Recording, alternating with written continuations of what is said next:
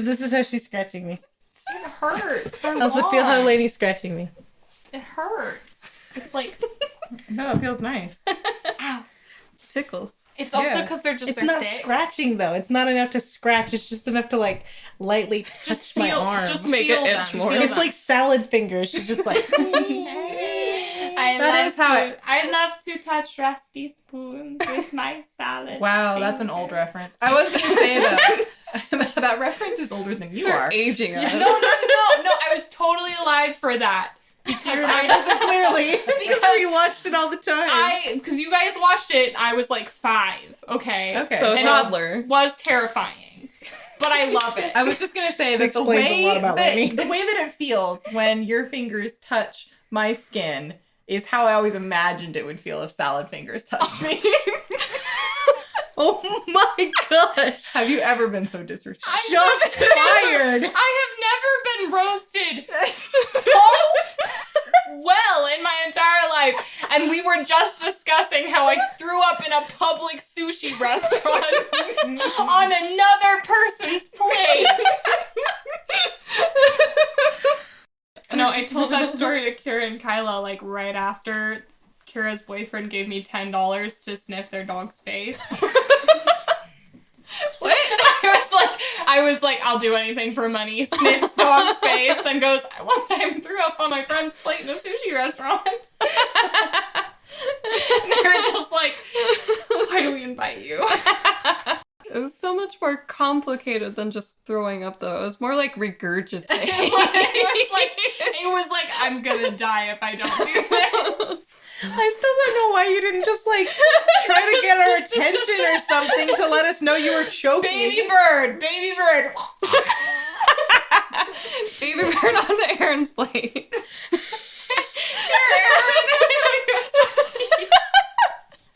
thought you might want to try the sushi. Oh my god. Oh man. I know you're on a liquid diet. Oh no. I feel bad that I stole your plate and then didn't realize till 20 minutes afterward. But I feel really bad for the wait staff who knew something was up because You're laughing. we were snickering the entire time and trying to don't look.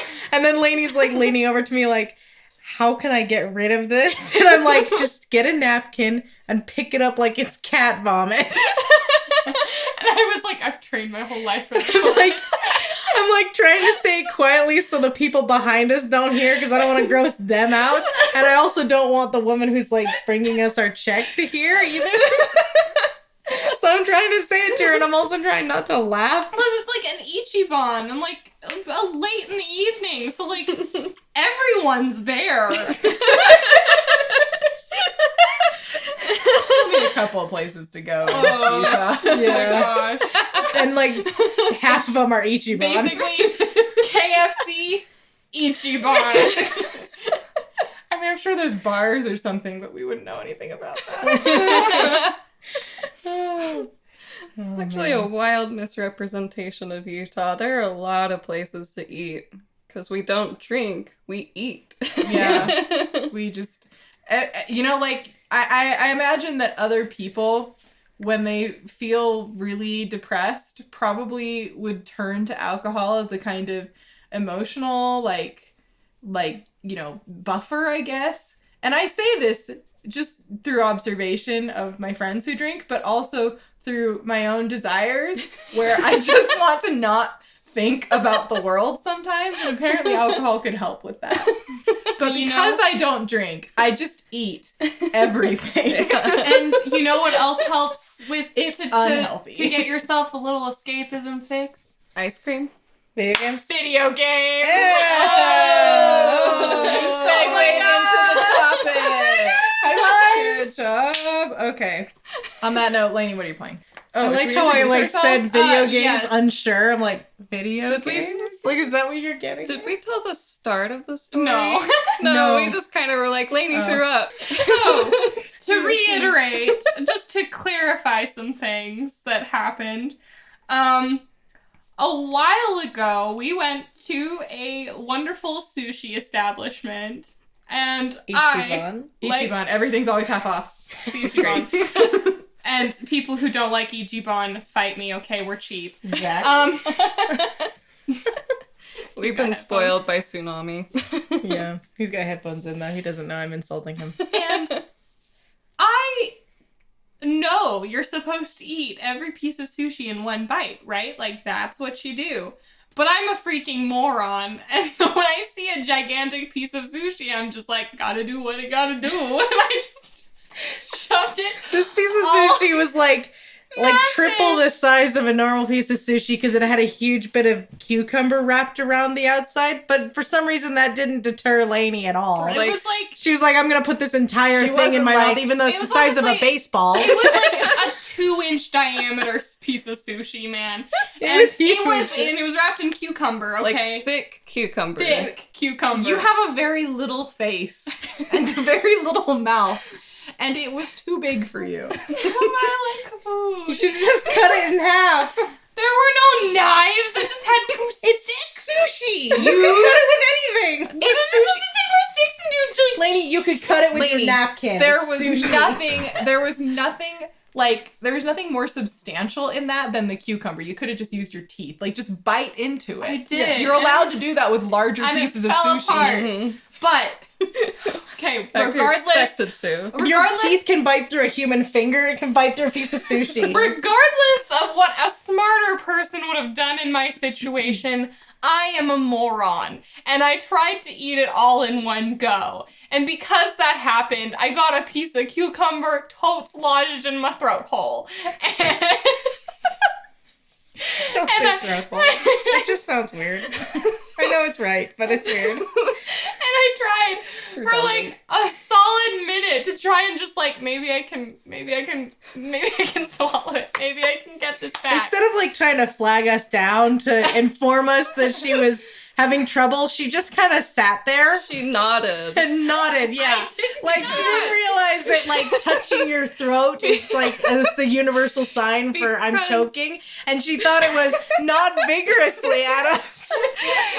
Well, because a split second before Elsa asked her if it was good and she was nodding, Yes. but then she was choking and not notifying us. Yeah, like she could have like tapped me or something and just kept hitting me, and then I would have looked over and been like, "What's going on?" And then, you know, I know how to do the Heimlich maneuver.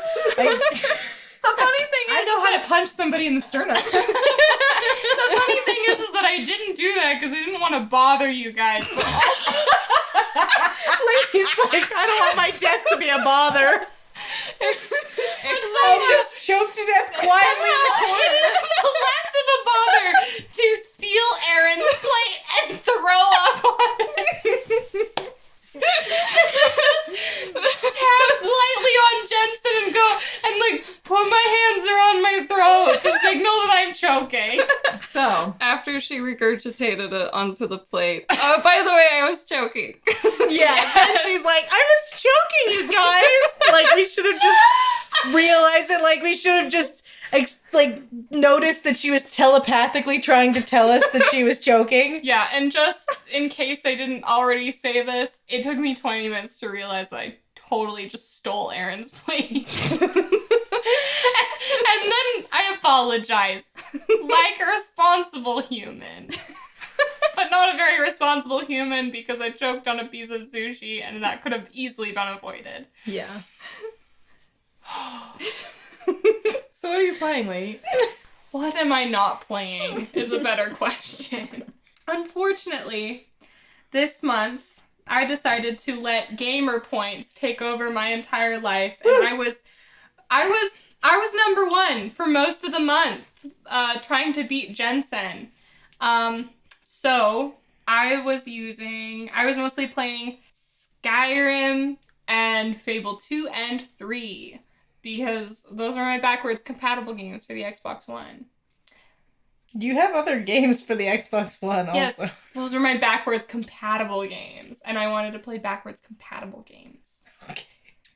Also, Skyrim is not backwards compatible.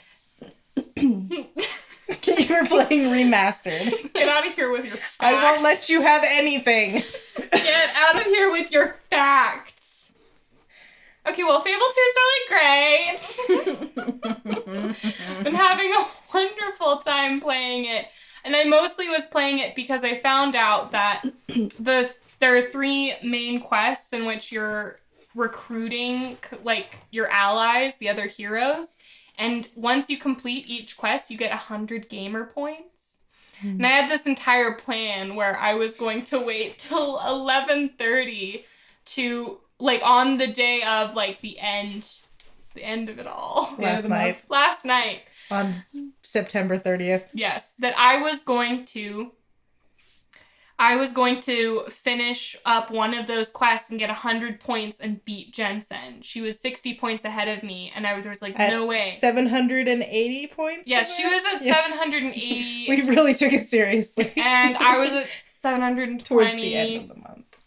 And then I came home after a nice time hanging out with friends to find out that Xbox is not set to our time zone. It is set to Eastern. probably Eastern. Yeah. Because everything's set to Eastern for some dumb reason. And that I had missed my window and Jensen won. And yet again, I'm so angry. undefeated since I noticed that they compare your points for the month. I will literally scratch out your eyeballs right now. Good luck this month. So, okay. And I went as far with I went so far. I don't know what you're trying to say. What are you trying to say? Look, I never marry people in Fable 2 because they're all horrible. They're so dumb. They're all just terrible. And I They're just- hate every single one. I've never found a character that I actually liked. And They're all cardboard cutouts they're all, of human beings. yes, they're terrible. And so I was like, but it's a really easy achievement to get. So I went ahead and I married this one guy that was part of a quest. You might You might have heard of it. you might have heard of him, the eponymous Alex, Ah, who if everyone you played hates. Fable 2, Alex, Yes. he/she, depending on Yeah. who you're playing as, is a character you get a chance to marry because of a quest because you're supposed to seduce them and then dump them. But That's evil. it's considered the evil thing to do, to dump them. Oh. And so you seduce them, and then the good thing to do is to marry them. I never marry them because I hate them. They're terrible. But I want to play. Even if I'm playing as a fully good character, I'm like, sorry. Yeah, I've been playing as a pure good, so I was like, I guess I'll marry them and I'll get the achievement and I'll keep all my good points, so whatever. So I married them, and I immediately hated this person so But much. then you refused to sleep with them for Yes. a decade. You have to throw that in there. Yes. Yes, for 10 No, years. that's important, is that I was just like, you know what I'm gonna do? I'm just gonna have him live in the gypsy camp, starting out caravan. The terrible gypsy camp Yeah. houses. The one with the caravan that's just a single little piece of fabric on the ground And one shelf and a shelf. for your knickknacks. And I left him there and I was like, well, if I don't interact with him, maybe he'll decide to divorce me and just get tired, you know? So I left and I came back 10 years later to find out that he was threatening divorce. And can I just say, in the description of what is going on with your spouse, it'll say what, like, things that they want or if they have a gift for you. And for 10 years, he wanted sex. And every time I was just like, nah. And I came back 10 years later and he was threatening divorce. And I was like, hallelujah, happy day. I go to the I feel gypsy camp almost. and I like, he literally sees me and then he falls back in love with me. And I was like, dang it. And I can't just like make him hate me because then I'll get evil points. And I can't just kill him outright because I'll get evil points and I'll get corruption specifically, which I'm trying to be pure good. So I did what I had to do, especially since I met this really nice girl in Westcliff Her name's Brooke. Her full name is Brooke the Whore, but I think that's not very nice. Can I just say though, Fable 2, the only characters with any personality are the prostitutes. It's the same in Fable 3 also. Yeah. Except for Elliot. Or They are objectively what's the her best name? characters to marry. Maybe Eleanor. she's wonderful. I love her so much. So but I didn't want to marry her too. I didn't want to practice bigamy. I didn't want her to feel like that. I mean, I'm not going to assume anything just because she's a prostitute. So I was like, I'm going to make things right, and then we can be together. And if I make things right, you mean... Well, I got Alex to follow me, and I went to this little old place called the Howling Halls, where you may know is a Balverine nest. Balverines are basically werewolves. So, long story short, Alex, the long-suffering husband of 10 years, in a sexless marriage, I might add, was tragically torn to shreds by a pack of Balverines while my character dodge rolled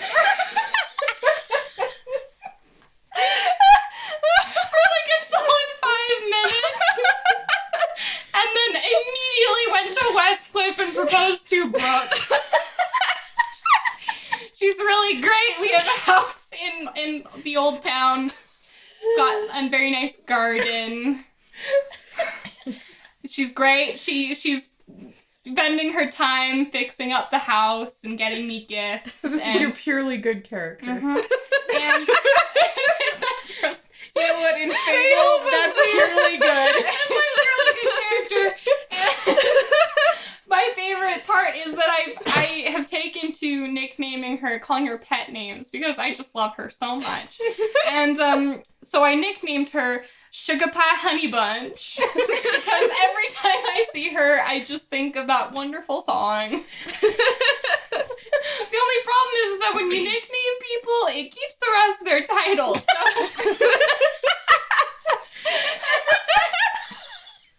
every time I come home to her, her title is Sugar Pie Honey Bunch the Whore.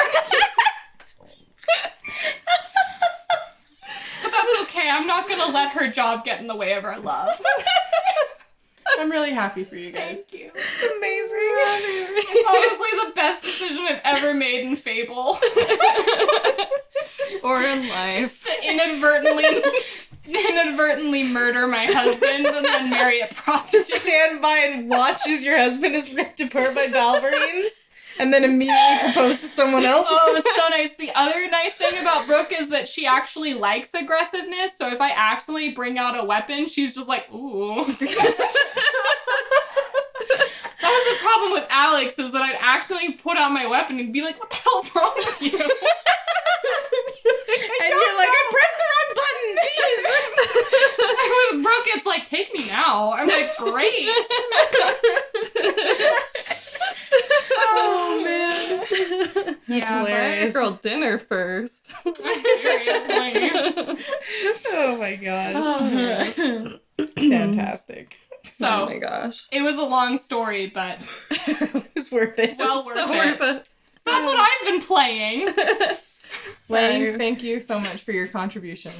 I know. I feel like the rest of us are gonna pale in comparison. We might have to rearrange this Oh, so you- that I happens know, so last. that's last. None of you guys inadvertently murdered a spouse to marry a prostitute?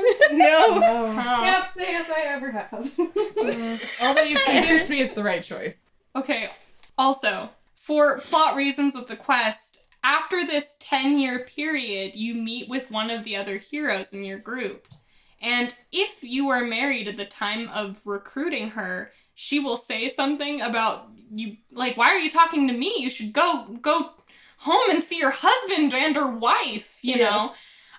Which was hilarious that she said that, because she was like, why are you here? You should go see your husband. And it was like right after I had married Brooke instead. And I just imagined my character being like, yeah, about that.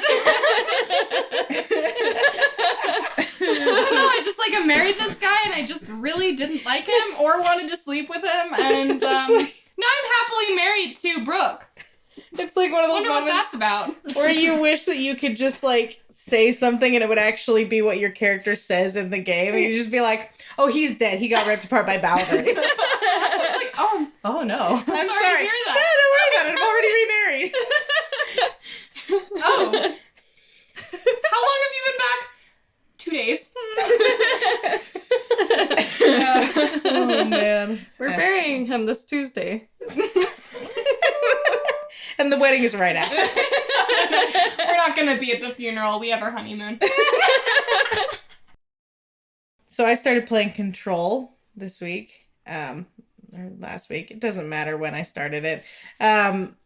It's really, really fun, I gotta say. Man, mine is just so dead in comparison to Lainey's. This is pathetic. That's okay. Don't compare yourself. Too late.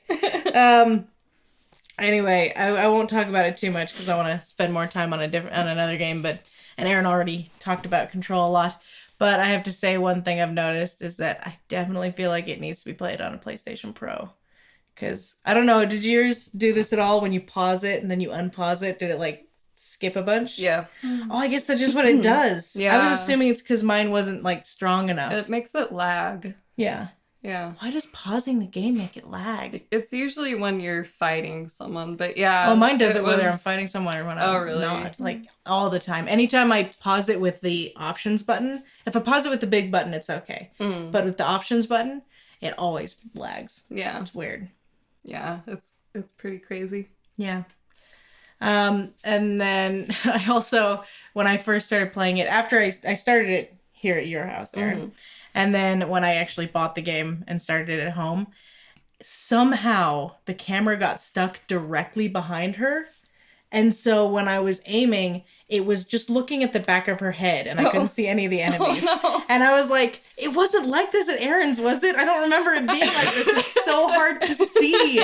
And I couldn't hit anyone. It was like, I can't tell if I'm hitting them because I can't see around her giant head. And then I don't know what happened with it because I didn't know how to switch sides at that point. I kept clicking the sticks because that's how you do it in Infamous, and it wasn't working. And but then when I turned it off and turned it back on again, then it was working. So I don't know what that was about, but it just it started like that. So I don't know. Oh, that's funny. But you did enjoy the game. Oh yeah, I love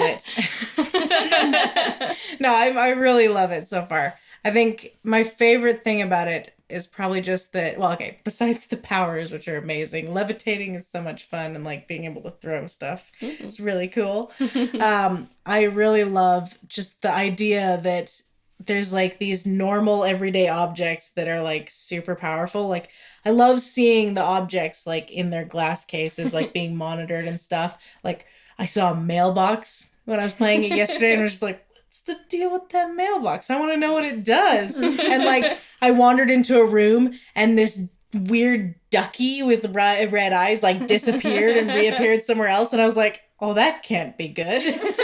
And I can't find it now. I'm like running around. I think I hear it laughing, and I'm just like, where is it? What is? I the might be purpose of a rubber duck? imagining the laughing. I'm not sure. To I delight don't you. know, because And there's to actually a spy on you. tape. You can listen to a tape. For a demon to possess. You can listen to a tape of someone interviewing the duck. And trying to figure out what it does, and the duck doesn't respond at all. And so I'm like, okay, what's going on with Suddenly, this duck? it's quacking at me. So like interviewing a duck, I just immediately imagined a guy just like sitting with the rubber duck on the table and just being like, so what can you tell me about your strengths and weaknesses? Basically, that's what happens. But she's like, just like, I am a very fast learner.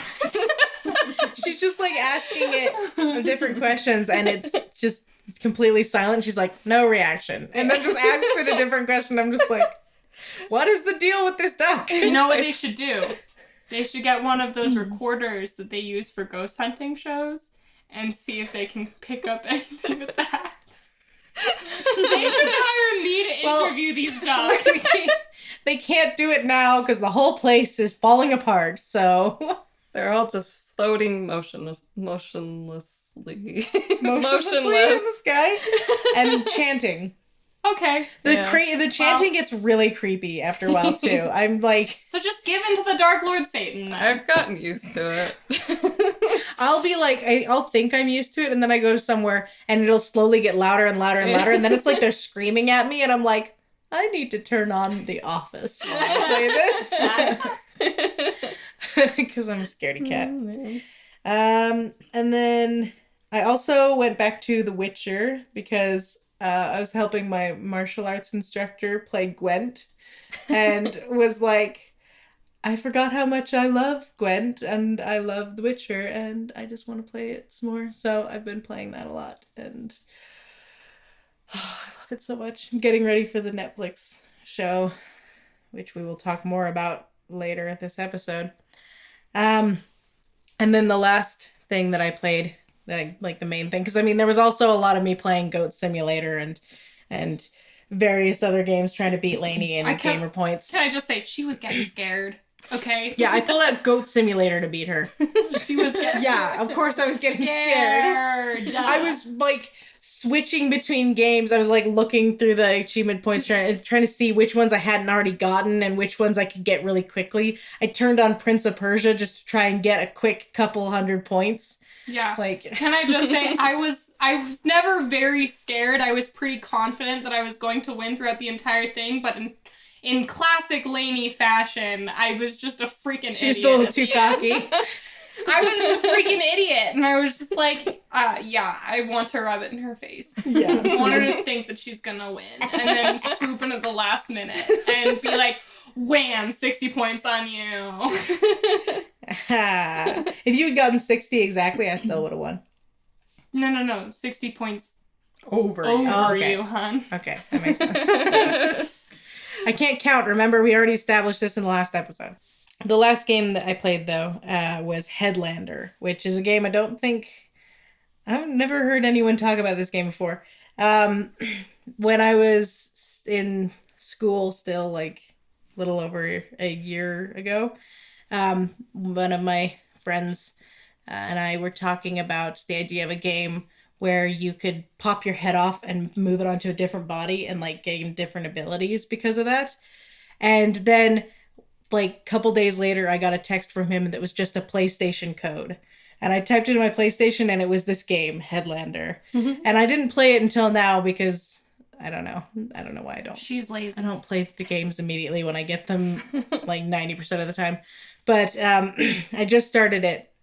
And it's an Adult Swim game. And it's very silly, and like it's got like a funny sense of humor, and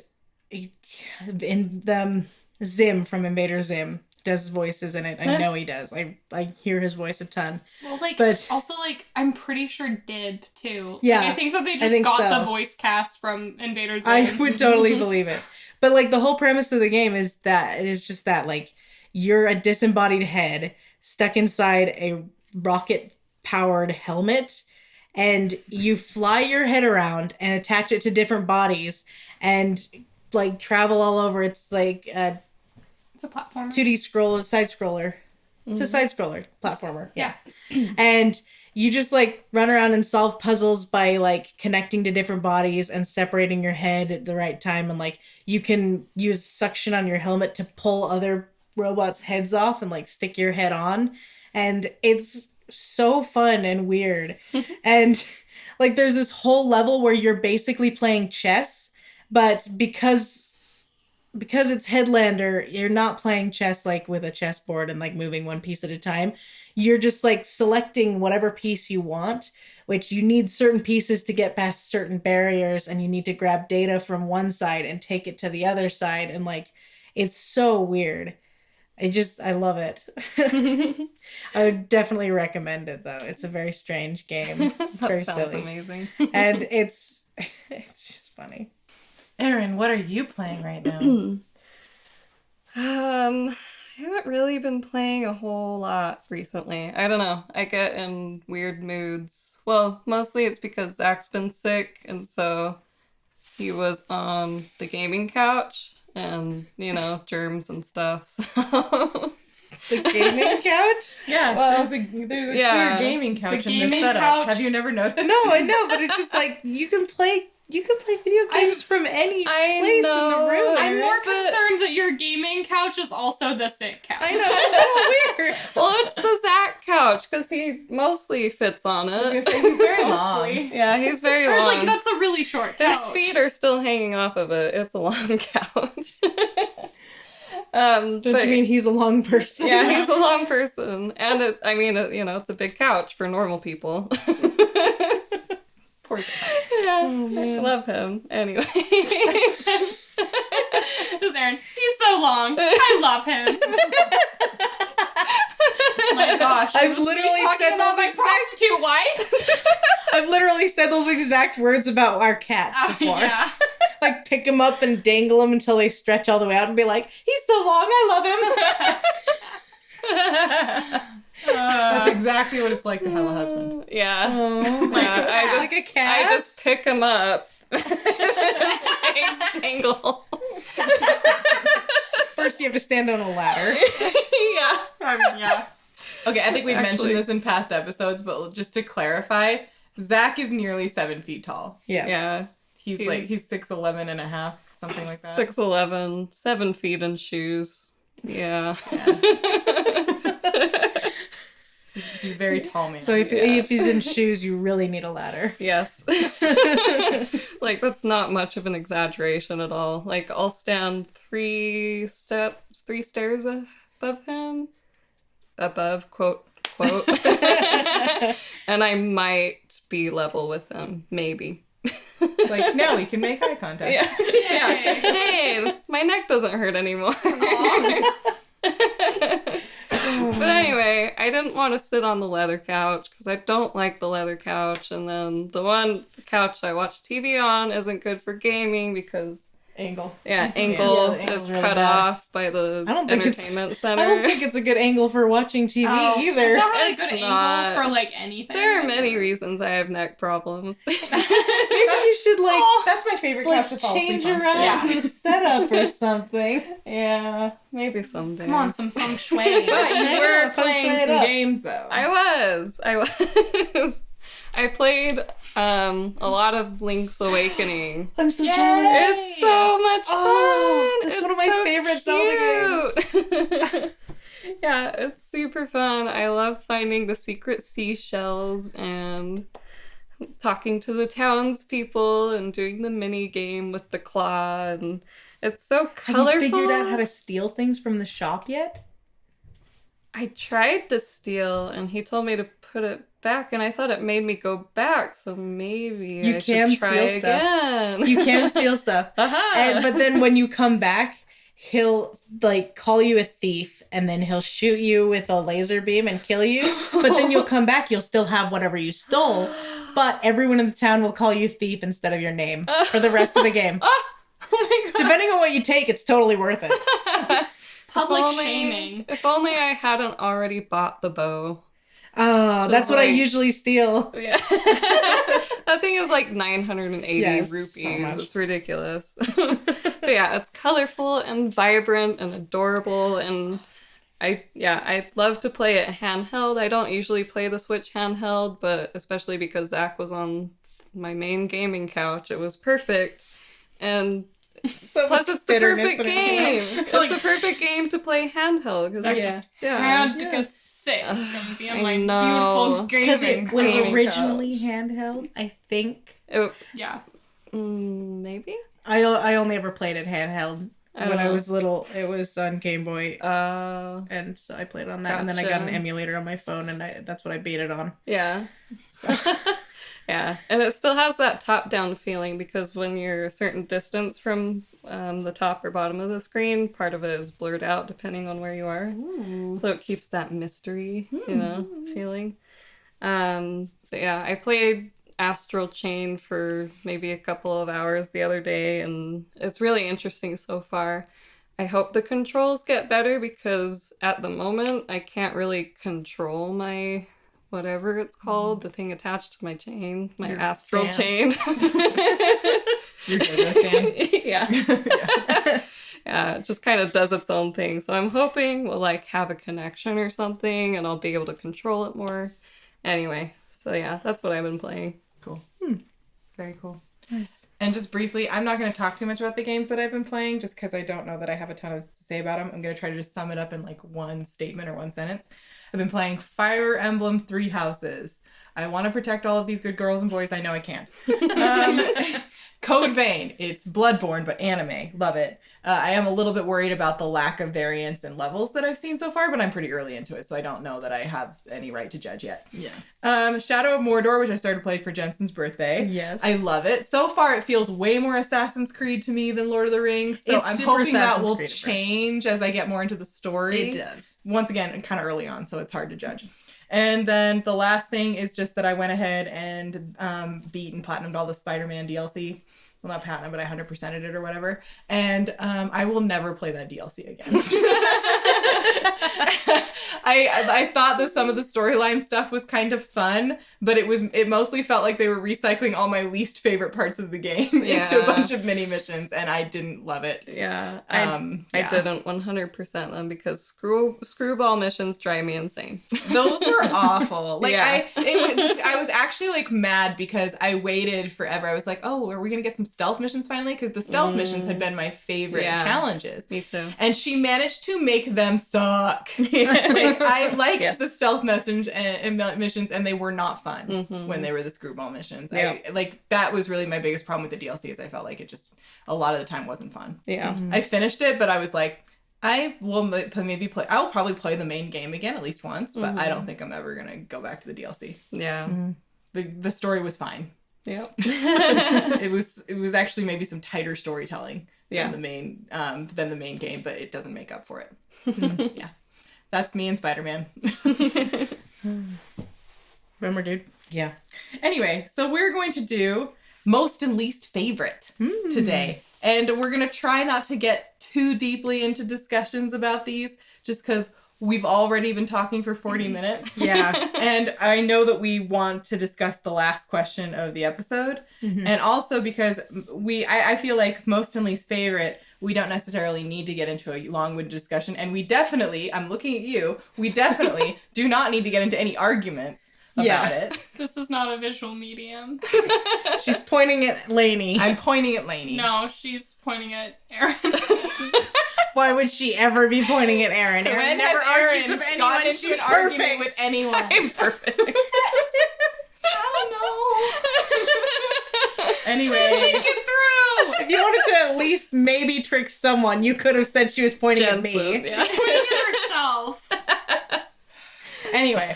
So Actually, we're that- just yeah, going to go that's through good. our most and least favorite for just a few different like topics and games. So starting off, most and least favorite fighting system. Aaron. Ooh, okay, so God of War and Horizon Zero Dawn feel amazing. As far as least favorite, maybe Dark Souls, but it's probably not its fault. It's just it doesn't click with me like other games do. There. Yeah. And I'm going to counter that and say that Bloodborne is maybe my favorite. I love the Dark Souls fighting style, but I think Bloodborne feels a little better to me. Although when I finally did click with Sekiro, I clicked really hard. And like, I just love that fighting system. So that, I don't know, maybe it's a tie. And then I would say for least favorite, I just don't even feel like Pokemon or a lot of those other games. Is that even a fighting system? Yes, it's turn-based fighting, and I it's hate it. terrible. I hate it. Kind of. It's a fighting system, but yes, But Well, it's it almost garbage. stupid. It Because almost feels turn-based like is I'm boring. The only time But I turn-based hate is it. fun is in South Park games. Yes, because it makes you press another button in order to make the attack actually Well, happen. I'm correctly. not disliking it in Fire Emblem, but like classic turn-based fighting, I guess I hate. Yeah. It's boring. Anyway, for most and least favorite, Jensen. I love Pokemon games, but I agree that the fighting's boring. I just end up pressing A over and over You again. don't play Pokemon for the fighting system. You play it for the Pokemon. You play it so that you can they are collect. so cute. to collect them all. Collect- and be the greatest there ever Catch 'em was. all! I'll be the very best. We're not No gonna Okay, one ever was. Bum bum bum. Okay. All right. Most favorite is probably Assassin's Creed Odyssey.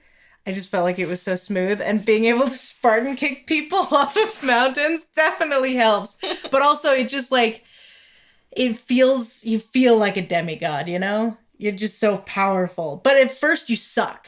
It's nice that you suck so hard at the beginning, and then you can get really awesome at it. Yeah. I remember running away from the first mercenary that was after me on Kefalonia, like full on running from him because I was like, I'm so bad at fighting, I can't take you on. And then when I got good at it, then it was fantastic.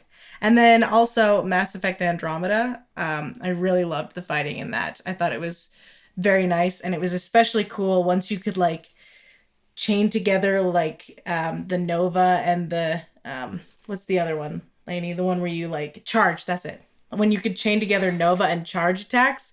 And in the last fight, I like never touched the ground. I was just constantly up in the air and then charging at people, and then I do Nova and then I fly back up in the air and go charge at someone else. It was awesome. For least favorite, Alex, which came out like a little while ago. I haven't been back to it in a long while, so I don't know if they changed it, but I do remember the reason I stopped playing it is because I was distinctly thinking, the fighting in this is so frustratingly stupid, I'm gonna wait until they update it and fix it, and then I'll come back and play more. And I don't know if they ever did. Oh. And then Two Worlds, I also hate. Yeah. For all the reasons. Like, you know. I hate Two Worlds for so many reasons, but I hate the combat because, you know, in Witcher, when you unlock the ability to swing your sword? Like, No. well, have you ever gotten that where you, like, spin your sword around, you spin around in a circle? Flourishes. I need Yeah. that. It's like Two Worlds wanted to do that, but they couldn't.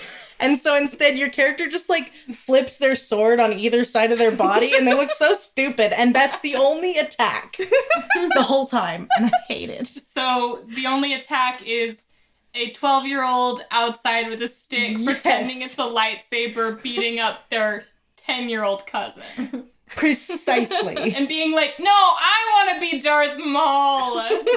Okay, I just Precisely. want to say, for the record, I think every single game that I picked is a game I actually love. I'm just doing most and least favorite. Jensen, on the other hand, has picked some games that she genuinely despises. Yeah. Basically just Two Worlds. The rest of them, I don't hate Alex. I didn't really get into it because the combat was really frustrating. Yes. Fast travel. No, wait. Wait, We're skipping Lainey Lainey. hasn't gone. Bakada ba. Okay. She was making a point. She Buckety, fast traveled to the buckety, next blah. question. Yeah. Oh, I see what you did there. Okay. So, actually, on that note, I just would like to say, with this one, I don't know. I'm really selective about the games I play, so like I wouldn't even touch something like Two Worlds because I'm not going to sully myself with it. But I don't know why I can't stop going back to that stupid game. I'd have to say my favorite fighting system is Reckoning, and I think Kingdoms of Amalur Reckoning.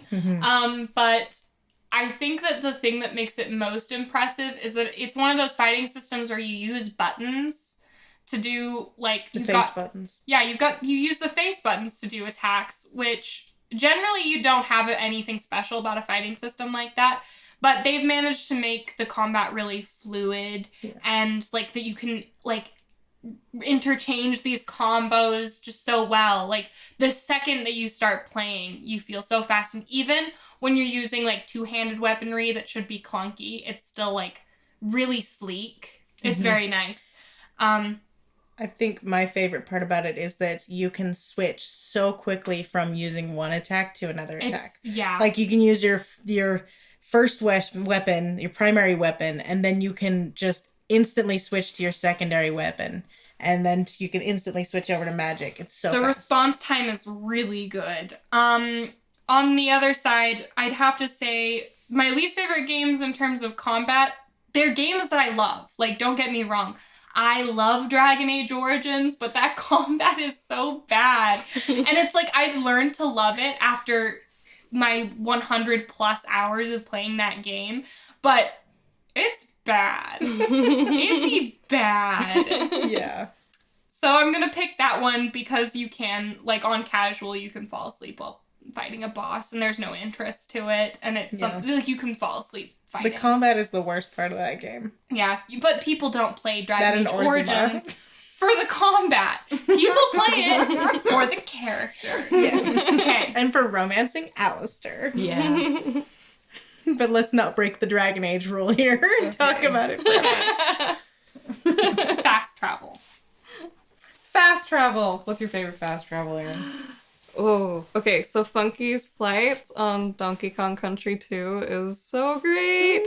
I mean, it's not super convenient because sometimes you have to spend money, but can you really forget that groovy music and Funky like floating stylishly on a surfboard? Like, so good.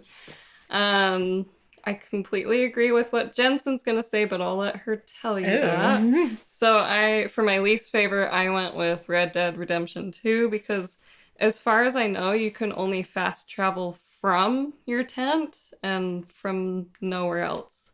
Like, you go from your tent and then you're done. You have to travel everywhere else, as far as I know. I might be missing something. I thought you could only fast travel from the trains and nowhere else. Oh, That game is kind of... it is confusing. It's confusing sometimes. Maybe I'll try from the trains. I've enjoyed what I've played so far, but it's confusing sometimes, and I Yeah. just don't know how to deal with it. Yeah. Elsa. All right, so in an effort to be a little bit more original and not like just repeat the same thing that other people said, I just want to say that the subway scenes in Spider-Man are really cute, and because I trashed Spider-Man earlier, so yeah, I should say a nice thing about it. Compliment sandwich. It's sweet, compliment sandwich. Also, the theme is that he loves the city, and I feel like the subway scenes really illustrate that, and it's nice. As far as my least favorite fast travel goes, I haven't played a ton of Elder Scrolls, but I remember feeling very lost no matter what. So like, Do you mean online or Yeah. like Skyrim or One of them. Morrowind? Because Morrowind you could only fast travel from the Stilt Striders, and Oblivion and Skyrim you could fast travel and from anywhere to anywhere. basically. Basically. But online I never figured it out. Yeah. I got lost the Like- couple of times. Do you know how to I fast tried travel in it. that game, Erin? Yeah, so online you have to find one of those glowy thingies. I can't remember what they call them. You can fast travel from anywhere, but you have to spend money if you're not at a waypoint. Oh. Yeah. And I got lost. Since we're on the subject, and this was just a very fleeting thought of mine, one of my problems with Skyrim's fast travel system is that it's just so finicky about whether like enemies are nearby. And Yeah. I remember growing up and seeing those memes of you cannot fast travel while enemies are nearby. And then the picture of Liam Neeson being like, whoever you are, I will find you and I will kill you. And like relating so hard to that, because there were times where I'd just like pull it up and I'd be like, okay, let's go. And then I'm like, You're so like, I have to where? back out and I have to be Yeah. like, okay, come on, get me a coward. It's the worst when it's a dragon. Because you're like, I do Yes. not want to It's fight a like- dragon Yeah. right now, It's but what literally- else am I going to do? so far away, it doesn't even see Yeah. me. Yeah. Sometimes you can't even see the enemies that it's talking about, so it's like, how long do you want me to walk? Good grief. Yeah, so basically, that whole rule with it was just super finicky and annoying. And that's Yeah. my problem with that fast travel system. I agree. Okay, me now? Mm-hmm. Okay. My most favorite is actually Control, even though it's all new. You know, I've had lots of experiences with games and fast travel. I think I like Control's best because it actually has like it's part of the story. Yeah. Like I love when she's talking to Emily and she says that she's like, "Has anyone used the control points to teleport?" And Emily's like, "No, no one's done that." And she's like, "Oh, because that's how I use them." It's so cool because Oh. it's like actual teleportation in the story. Because I'm better than you. I know. Jesse's just like, I can teleport with them. And Emily's like, well, we're going to be running tests on that. Yeah. I do kind You of want to wish... run tests on my heart, Emily? I ship it. Sorry, really quickly. I do wish it would actually show her, like maybe preparing to teleport, because it just goes to a loading screen, which is fine because, you know, it works. Yeah. But I wish I could see, like, how she does it and what it looks like. I agree, because I didn't realize that she was actually teleporting until she said that to Emily. And then I was just like, that's amazing. But if they showed it, that would be fantastic. Yeah. So that's the only thing I would suggest with changing that. It's just that one thing. That would be so cool. As for least favorite, probably Conan Exiles when you're not playing with the admin mode on. Because then the only way to fast travel is you can only travel to your bed or your bedroll. And then only when you die. So I have literally like... I like to turn off the drop equipment on death thing because it really frustrates me. And I know that game's supposed to be hard, but I don't care. I want to not drop my stuff. It's like a pet peeve. I hate dropping my stuff in games. And so I've literally, though, gone somewhere and picked up whatever I needed, and then I just let myself get killed so I can get teleported back to my bedroll. I think people And just it's want stupid. to want to play that game, have a nice time running around naked in the wild. Yeah, that's why it's so much more hard fun. like that, guys. Yeah, it's so much more fun to have admin mode on. But I guess that's why they allowed admin mode. Yeah, I mean, I on PC I play with admin mode and full on, and I just basically play it like it's Minecraft and creative mode. But on PlayStation, I just kind of use liberal amounts of admin. It's nice though. Okay, yes, I know. I'm talking too much. It's Dragon Age all over again. So, I just want to say, y'all picked all that stuff because I picked the best one. Yeah. We all wanted to pick this. I didn't know this was a thing. Remember? But it's amazing. You know how Breath of the Wild, you got your Sheikah slate? Well, that allows you to fast travel to shrines and towers and whatnot. And you can do that at literally any moment you'd like. Any moment. It's basically a teleportation power. Yes, it is. Yeah. I almost always end up having I've to used use it in midair when I'm falling. Yeah, no. I've used it when I'm on fire to get out of fire. Sorry. I almost always end up using it when I'm climbing up the Goron Mountains because there's the one bit where, like, I'm trying to get to the tower, so I climb up this mountain and then I jump off and I'm gliding, and I always end up going into the area where you burst into flames. And then I'm like, I'm gonna die. So I end up teleporting in midair on my glider on flames, like, all the time. And I'm fine. Like, I'm fine afterward. Or, like, on horseback being pursued by a Lionel, which happens all the time. Or, like, a Lionel saw me and I thought that the mask was going to work and then it didn't. Why'd they lie to me? Why'd they lie to me? First time she got that mask, she ran straight up to a Lionel and he just, like, killed her. And then the next time it happened, I fast traveled. It works. Literally the worst 15,000 mon I've ever spent.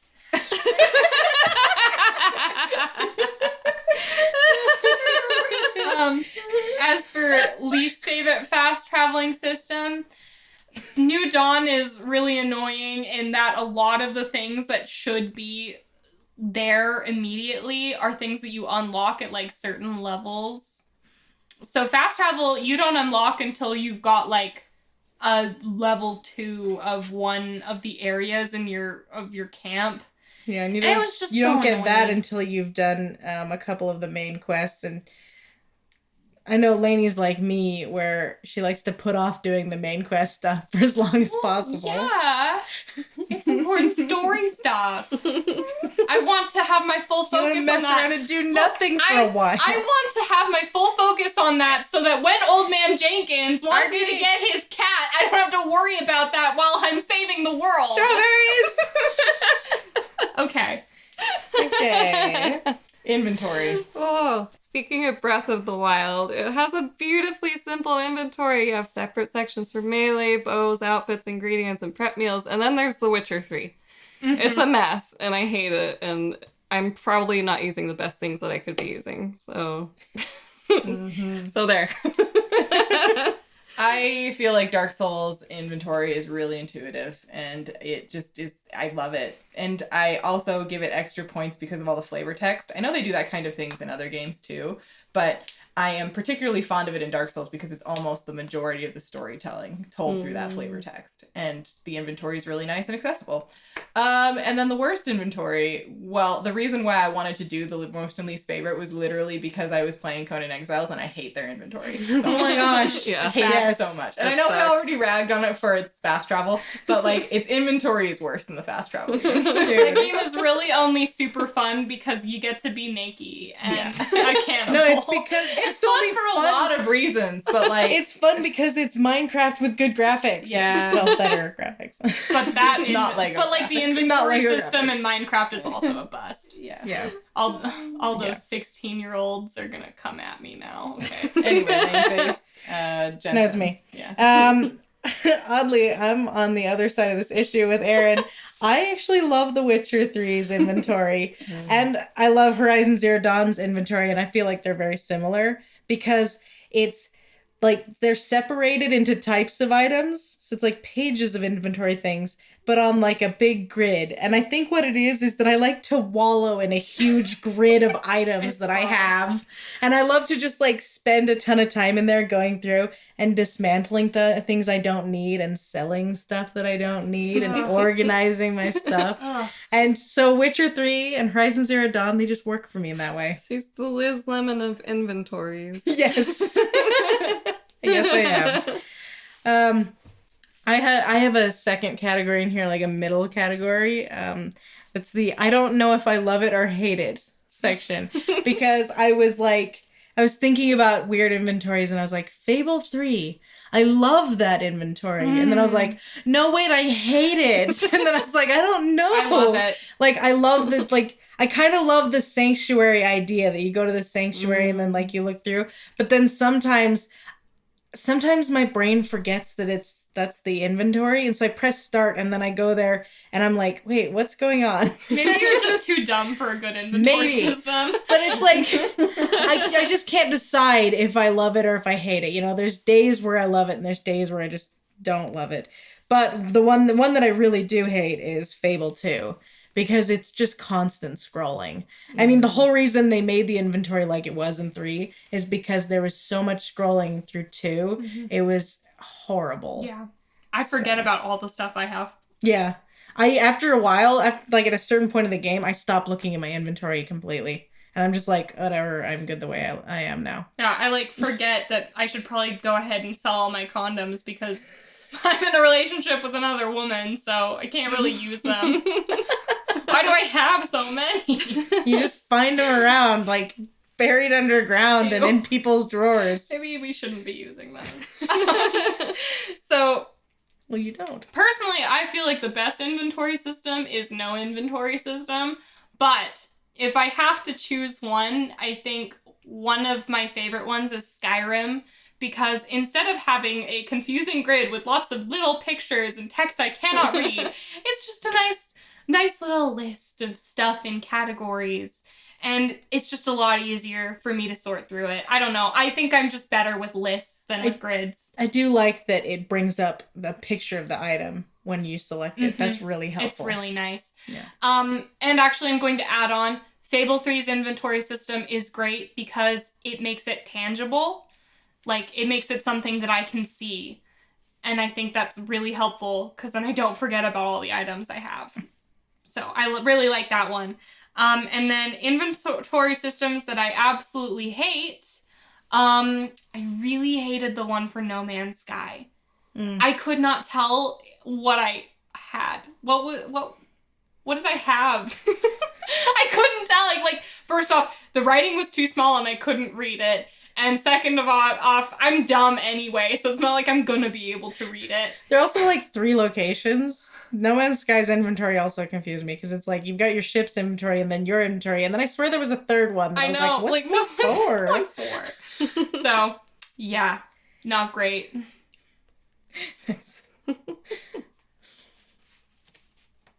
Okay. Sound mixing. The moment of truth for Elsa. Yeah, I have opinions about sound mixing, but let's go with Aaron first. Okay.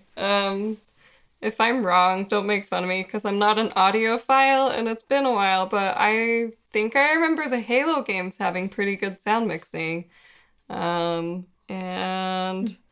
sorry to steal one, but Dark Souls is terrible. Yeah. I want to defend it, but I can't. Yeah. Yeah. Specifically remastered. Especially walking through grass. Yeah, like It's so loud. It can be- It's so loud. It's like the sound of my sleep paralysis demon munching on the bones of And the you innocent. you turn it down so you don't have to hear this loud crunching through grass that sounds like it's frozen. And then you go to talk to someone and they're so quiet you have to turn the volume back up, and then you forget and you go step in grass and it's like and you have to turn it down again. Maybe it adds to the existential horror, but personally I feel like it just makes my ears hurt. I do sometimes wonder if it was purposeful. Like if they wanted you to feel really lonely Yeah, just that in the crunch, loud, and they wanted people to feel crunch, distant. Yeah. Which is an interesting idea. I'm not sure it really works. Yeah. If that's what they're going for. didn't. Yeah. This isn't as deep as what Elsa just said, but it's like the classical music of the gaming world. Like, why can't they just mix classical music so the quiet parts you can actually hear them without turning your volume all the way up, and then suddenly, out of nowhere, it's really loud. Yeah. And then it's quiet. Yeah. And I'm going to keep my comments really short. I do have a lot of thoughts. I'm just going to say Minecraft bad, Hellblade good. Specifically, I like that Hellblade's sound really only contributes to atmosphere. That's its whole job. Mm. Yeah. It's great. It was good. Yeah. Oh, it's me next. Yep.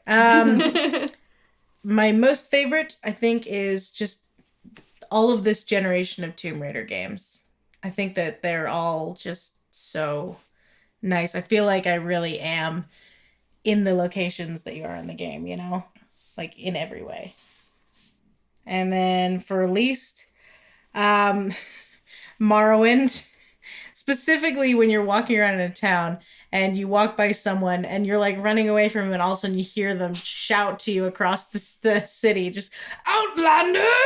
And it's like so loud, they're like right next to you, and it's just like, it just bugs me. Makes me think of a character that I made up with my friends who had the voice of Taika Waititi, and wherever he stood, it sounded like he was right next to you. Yes, exactly. And then also Two Worlds again, because not only does it sound like everyone is sitting right next to you being like, "What's that, my lord?" But also, they're like, they're so weird. Everyone sounds so stupid and weird. Personal space there. I was not expecting it. There is no personal space bubble anymore. There's no personal space in Two Worlds. I hate Two Worlds. Well, on to me. I never pay attention to sound mixing in games, so I don't even have a best one. I don't know. You're just gonna ditto everything Aaron said Yeah. about Dark Souls, right? You know, because she stole it from me. I okay? originally stole it from her. She stole it from me. But for Aaron's a someone, thief. for someone who does not pay much attention to sound, you know it's real bad when I can tell that Dark Souls is the worst with sound mixing. A game that's good at sound mixing, I don't know. Mass Effect 2. Yeah. Okay. Okay. Elsa's Mass Effect 2 like, sounds good. That's gonna be my catch-all for things that I like. Mass Effect. It's because Mass Effect 2 is amazing. So Dark Souls is amazing. Not except for with the sound mixing. The sound mixing's not great. It's not a catch-all because you can't use it for sound mixing. Okay, controls generally. Aaron. okay, so Halo and Horizon Zero Dawn, like the muscle memory is just always going to be there. Like I'll never forget. Least favorite at the moment is Red Dead Redemption 2. Like, what even are the controls? It's so weird. It doesn't make sense. Especially when you want to sprint, but you have to keep hitting the button to sprint, and you can't control where you're moving and looking. Rockstar's feel not like- great. I feel like the hitting the button over and over again to sprint worked in Grand Theft Auto 5, but I don't feel like it works in Red Dead Redemption 2, and I don't know why. But I got really used to it in Grand Theft Auto, and I felt really comfortable with it. But Yeah. in Red Dead Redemption 2, I'm just like, I just keep dying all the time. Yeah, and I can't look at the pretty scenery. Yeah. Because I'm riding my horse. Elsa. All right. So I would say that I have a soft spot for, everybody knows that survival horror is my genre, but I have a soft spot for the games that purposefully make controls difficult for gameplay purposes. This isn't like a new concept. It's been around for a long time. Like, people know that this is a thing. If you're playing with a character who's less competent, sometimes making the controls a little bit stickier, a little bit heavier, a little bit slower can help to kind of enhance that atmosphere. But I do think that there are some survival horror games that are just lazy and try to use this as an excuse to not like fine tune their controls. So I would say like a good recent example would be like the Outlast games. I think they do a good job of making the character difficult to control without it feeling like unpolished, you know? And then like a bad example, there's a few recent ones, but in particular, like the most recent example I can think of is this game, The Room, that I bought on Switch. That was a fun puzzle game. And I actually was enjoying it a lot, but the main difficulty of it seemed to be just getting the controls to do what I needed them to do. and I think that is something that's very common for puzzle games and for survival horror that I'd really like to see cleaned up. Yeah, well, like with survival horror too, they purposefully make the controls frustrating so that it's even more like desperate and dire. Mm-hmm. Yes. Why do they do that? Because I just said they want you to not be listening. Are you serious? I just got through explaining. I just said that. Yes, I was not listening. Why male models? Perhaps the true puzzle of The Room is the controls themselves. Perhaps the true puzzle of the controls. She already said it really well. You're trailing. Perhaps Just gonna keep trying. controls. She's mad that I stole What? Dark Souls. She's gonna keep going till she just starts weeping on the floor. Lady, would you like to go next? Perhaps We'll the go back real to Jensen. controls were the puzzles all along.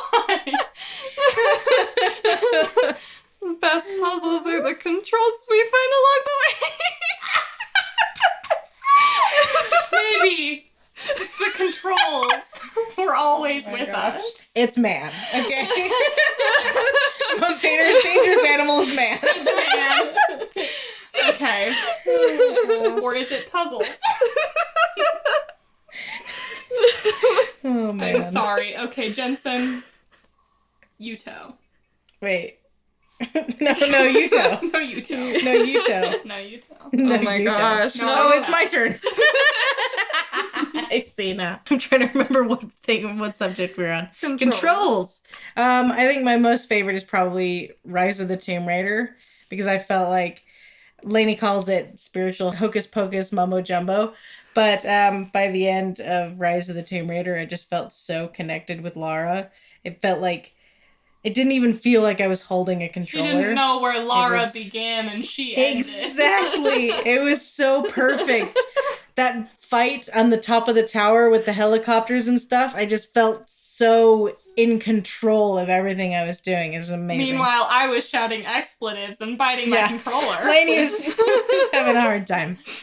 It was fine. It just wasn't my best boss battle. You guys, it's so late that I imagine Jensen and Lara Croft like connecting through the TV like That is what happened. That's exactly how it was, man. Only They during became- the witching hour. They though. became conjoined twins for a day. You want to see my scar? I'm sorry. Okay. It's amazing.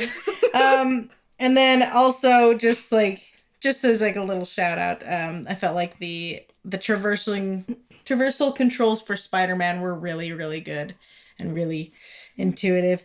And then Spyro, the new, like the reignited trilogy, but specifically just the first game. The third game is pretty okay. The second game, for some reason, second game was crazy and weird, but the first game, it was really, really good and intuitive and nice. I It just felt remember- good. Watching you for like a solid hour trying to complete one of the things in the second game for the Reignited series. Yeah. And it was just, every time you turned this one corner, you'd hit the same Yes. part of the wall. And it went on for an entire hour, and it got to the point where I was like, does she know Yes. where to go?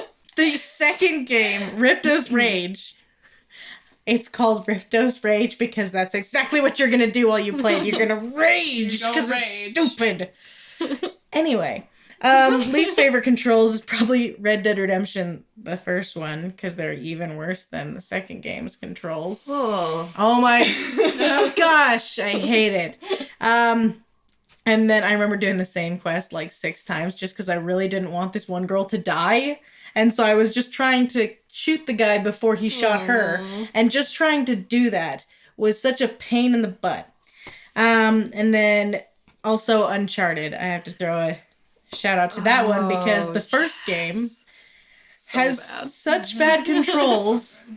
Do you know how many times I died just because Nate just kept running when I let go of the controller and just ran right off of a cliff? Oh no. Like constantly. Nate! He's always falling off of cliffs. Even the remastered. Poor boy. Oh, I haven't played the remastered, Yeah. but I would not put it past him. Do you think- Zach is okay? I thought he was snoring. Nate needs was to cool. talk to someone about his tendencies. Is he okay? Maybe. They got way better in the second game, and then they kind of got worse again in the third game. Oh, shout out to Kingdom Hearts for sucking at controls. Anyway. Yeah. Especially the second game. Gosh, I hate it in every way. Oh, no. Yeah. I won't talk about it. We're not going to go Dragon Age in this. I know it's too late, but you didn't even mention Chain of Memories for worst fighting system. That one's pretty I bad. didn't remember that one. That one's like I was really surprised not to see it on the list. The fighting Yeah. system in Chain of Memories is the dumbest I feel like I can't thing. mention it because I never played it. yeah, It's so I haven't. It just looks It's terrible. The reason I stopped playing the game is because I was just like, I can't handle it anymore. I hate fighting so much in this game. I just don't want to do it anymore. And I just stopped playing the game. She didn't finish it. No, and I don't know if I ever will. I might okay. try and go back and play it on easy because I was playing it on normal. But I might try and go back and play it on easy at some point in my life. But by that time, I probably will be like in a retirement home and like all I do all day is Well, play video games. Maybe you'll get to document it on the podcast. So, As an 82-year-old woman. 82-year-old lady. Lady. So for my picks, I would say also Rise of the Tomb Raider. While I didn't do so great with the boss battle for the most part of the game, I felt like the controls are pretty good. Just overall in the Tomb Raider games, I do really enjoy a lot of those controls. Reckoning also has a lot to do with the fighting style, but I think it's controls and fighting style kind of go hand in hand with that one. And then Mass Effect 2, because, It feels good. it just feels right, Yeah. It's nothing fancy. Especially Like the since, controls in Mass Effect 2 aren't fancy by any means, but they just feel good, They feel especially okay. since you're going from Sometimes- Mass Effect to Mass Effect 2. Oh, yeah. Definitely, it's just big Yeah. improvement. I found that when I was thinking of games where I like the controls, I tended to lean towards games where there was some balance. Yeah. Where it's like, this shooting system works, this fighting system works, this traversal system works. Mhm. And it's nice to see all of it kind of working, Mhm. you know? And it definitely Yeah. felt like that with Mass Effect 2. Yeah. So where maybe it's not the It's- perfect example of any one thing, but Yeah. it's a good example of all of it. It's it's the kind of fighting with like the chest high walls and cover shooting. Yeah. But like for a cover shooting heavy game, it felt good. Really good. Yeah. Yeah. For my least favorite controls, in general, I really do think that the controls in Saints Row 2, they're not terrible. They're nothing to write home about, but they're not terrible to write a poem about. But the default controls for driving, just the worst thing ever, because the default is, They need to know you could change them yeah, And what? in Saints Row. you can change them, Change the and driving you can make them controls. better, but it doesn't really work all that well, because it's still No. the PlayStation 3 controller, and the triggers are really Which is actual finicky. garbage. So, either way, you're kind of screwed when it comes to driving in this game. But specifically, It's a bummer because the game is mostly about driving. it's ridiculous. But like, it starts you out where, on the PlayStation 3 controller, X is accelerate. Accelerate. You mean cross is Oh my gosh. accelerate. Cross. Accelerate. What is language? And square is decelerate. You mean box. I'm sorry. I'm sorry, I need to stop doing that. Want to throw myself in front of like, okay. But not for insurance fraud like Saints Row 2. Okay. So, yeah, it sucks. And I played so many hours that game not realizing that you can change the controls and make them slightly better. So, yeah. Voice performance. I'm just taking over Elsa's spot. Let's fine. see if she'll win over the crown. Yeah, I mean, I should probably defend it, but She's tired. yeah. What if you had a wrestler who was like, nah, I'm tired? That would be me. so The good. most sleepiest princess in the land, my wrestling persona. Yes. Okay, when we do our sports episode, you have to play as the most sleepiest princess in the land. I could use like a drunken style. Yes. Yeah, Yes. that's sleepy. Yes. And one If of their there's moves any is just move to, that involves you it's lying just a dog down, pile on them. lie down. That's your Yes. that's your finisher I think move. that's called getting Is to pinned. just wham, pin them, but like pretend to be asleep because it's also about acting and putting on a show. Okay, Yes. Yes. voice performance. Aaron. Oh gosh. Okay. I know Elsa meant games specifically, but I just can't. Stephen Russell as Garrett in the first 3 Thief games. Oh my gosh. It melts my heart. Like you can just hear the crooked smile in his gravelly, sarcastic voice, and it's beautiful. It's late. Talk about people who fall in love with voices. Oh my Hold me, goodness. Garrett. This is what happens when you play RPGs. You find out that you are also mostly attracted to voices. It is a strange Yeah. world. Yeah. And anime. We live Oh. in a society. You're gonna just steal all my things, aren't you? Are you gonna take them back? I don't know. Maybe when Okay, I'm but not don't so copy sleepy. everything I do. Okay, but don't copy everything I do. Oh my gosh. Okay, Aaron. Okay, and my least favorite, Skyrim. I mean, the voice acting isn't terrible. It's not the best, but mostly because they have like the same 5 voice actors for every character in the game. And I love Max from Goofy Movie, but if I have to hear him sing one more time, I swear. Oh my gosh, that's I love- him! Yeah. Yes, it is him. Oh my Yeah.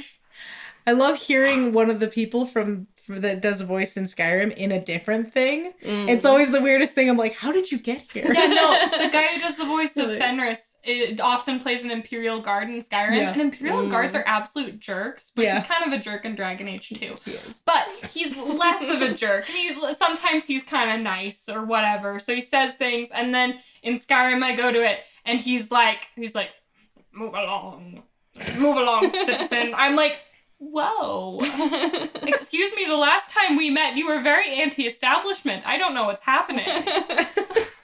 Oh, but one thing they did get right is they had Stephen Russell play one of the main Thieves Guild guys, and I was like, shout out to a game no one knows!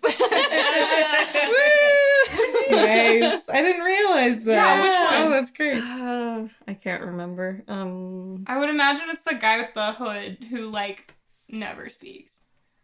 But... Well, Lainey, if he never speaks, it's probably not Well, I him. mean, he speaks sometimes. He has to have a voice actor.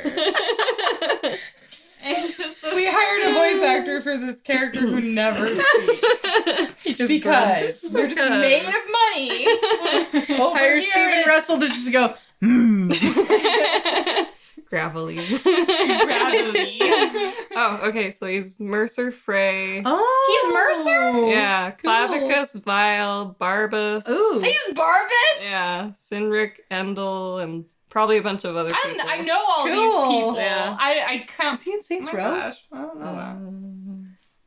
Oh no, that looked like Saints Row. Oh. It's the Light Keepers. I have no idea what that is. Okay, moving on. It's a movie. Yes. Gotta go. We gotta Yes. step this up, Let's guys. do this. I Also. just want to give a little bit. I know we've mentioned them a couple of times, but the thing that I find really charming about Saints Row 3 and Saints Row 4 especially is the character customization kind of takes it to the next level because like not only do you have these excellent voice performances from all of these different characters, not just for the NPCs, but for your character, but no matter what personality you choose, the dialogue works so well, even though they have such a different delivery and such a different personality. And it's just, I just think it's a really good example of how that customization can just fit in so well with the world. And I wasn't going to talk about any specific voice actors, but I just have to say that my favorite character to play as was my guy Reginald, who had the Cockney accent, which was Mr. Sheffield. I can't remember that actor's name. I can't remember his name but either. he's Mr. Sheffield. Yes, and on the nanny. And he's so good, and I love that game, and I love that actor. And then as far as like my least favorite voice of performances go, I just have to say, I purposefully switched over to the Japanese performance for Devil May Cry because the English performance drives me crazy. Yes. And I don't think there's anything wrong with it. Like, I don't think it's bad. I love that game. I just can't stand it. And I think it's just a little bit too aggressively anime in a game that's already really aggressively anime. And I don't know what it is, but the voice performance just takes it over the top. I was just like, okay, I can't do this anymore. Yeah. For me, my most favorite is definitely Mass Effect. Just all of the voices in Mass Effect, I feel like they do a fantastic job. Everyone's doing a great performance, but especially Jennifer Hale. You know, she's the absolute best. And then I also want to do a little shout out to The Witcher 3. All the voices are great in that, but I feel like the Polish performance, I've been playing it in Polish this most recent time, and the Polish performances are especially great. I really love it. And then I also want to mention the lady from Oblivion who says, wait, let me do that again, in the middle of her line, and then redelivers her line.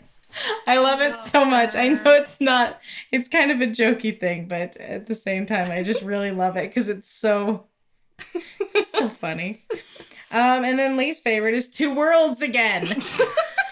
I hate Two Worlds so much. It's so bad, and everyone's speaking in like ye olde English, but it sounds like people today is speaking in ye olde English, and so they don't sound convincing at all. They're like, "Ye gods, my lord, why don't we have a spot of ale?" And it's just like, what's happening? It sounds like they just went and like picked up someone from Home Depot and were just like, would you say these lines in the worst possible English accent you can do? Whoa, why Home Depot? Because, I mean, I don't know, it's just the first place that popped into my head where you might find someone wandering around on a Saturday who's like, would be willing to just do some voice acting. So me. Yes, you. Except that I'd be okay at it. I don't know about that. Coming to my home.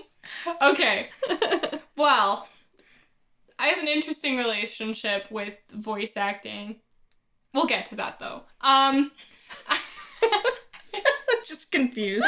Elsa turns and looks like, what are you doing? I think I'd have to say my favorite voice performances from games overall, Mass Effect and Dragon Age. BioWare's really great about picking good voice actors who really know what they're doing. Specifically Jennifer Hale. I mean, she's the reason why so many people are enamored with FemShep. And Freddie Prinze Jr. Yes.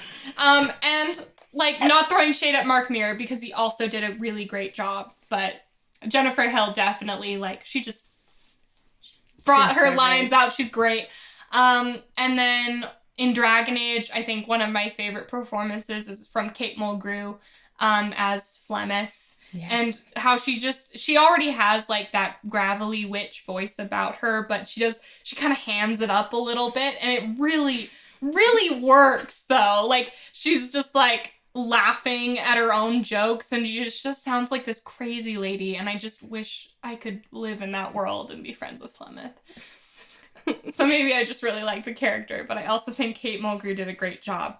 As for least favorite, I can't really tell if I hate the Fable games voice acting because part of me kind of loves it, but But the other part of me wants to, like, drown myself in toilet water.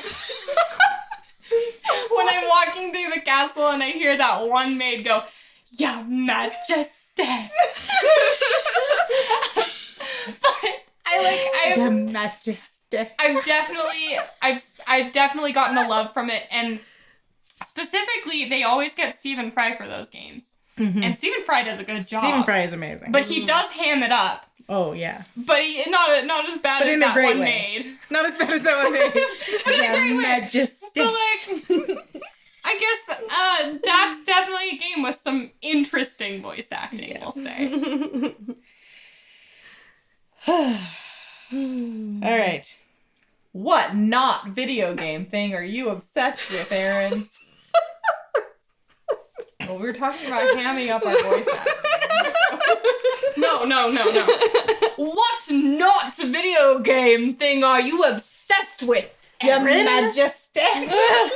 Your Majesty. I feel like I'm supposed to go on a quest now. But I don't wanna. Save the world from darkness. Dang it. You are the And while you're at it, darkness. bring me a chicken. Well, And I'm Oh, Alex, gosh. and I want you to spend time with me. Gosh, Alex, I'm not going to spend time with you. I have to save the world. Gosh! And then when you do spend time with him, you're like, let's go find some Balberry. I'll take you on a picnic. You're going to love it. Oh, no. man. When did our innocent little picnic get ambushed by Balverines? I'm like, why do we set up in these ruins? I thought you'd like them. Oh my gosh. Okay. Anyway. Sorry, guys. So I know I've been on an anime kick, but Yona of the Dawn was so good. Characters, story, everything, the lore, great. I wish there would be a season 2, which there probably will be in like 2020 apparently, which is crazy because the first one came out in 2014. Wow. Anyway, love Yona and Hawk. I ship them so hard. I'm just holding out hope that I will get to watch this season 2 because No. I'm sorry. It's you're just probably right. I've been waiting the longest for this, and I've come to deeply despair about it. Like, it's not gonna happen, and I'm really sad. I'm sorry. No! Look upon my But you can read the empire in manga. despair. You can read the manga. I'll have to read the Readings manga. for nerds. You can't listen to Chris Sabat Oh, man. do Hawk's voice in the manga. Yeah, so what's the point? Well, it's a good story, and I'll read the manga because I'm here. And a scholar. Okay. okay. Anyway. So, I slept on American Horror Story after I quit Cult halfway through because it was so dumb. I was like, I can't do this. So I never finished Cult. But the thing about American Horror Story is that each season it's like it's got another chance. And so I started a chance to disappoint you. yeah, kind of. There's been some really good seasons, okay? Like officially, I really loved Murder House and Asylum and Coven, obviously, and Freak Show, and I actually really liked Hotel. I really liked most of them. I really did. But like, Cult was bad. Roanoke was uneven. I feel like I really liked the idea, and I thought the first half was solid, and the way it ended was just. I lost interest as soon as the first half was over. Once they started into the second half of the story, I was like, See, I don't was care still, anymore. I was still interested, but it was something, there was something about like the very last episode that made the whole thing just feel kind of, Yeah. overall. I don't know. I didn't love it. Mm. But anyway, so I started into Apocalypse a year later because the whole thing is on Netflix now. And I love Apocalypse. It's really fun. I finished the entire thing in like 2 days, which is it's been a long time since I actually binged my way through an American Horror Story season because I actually cared.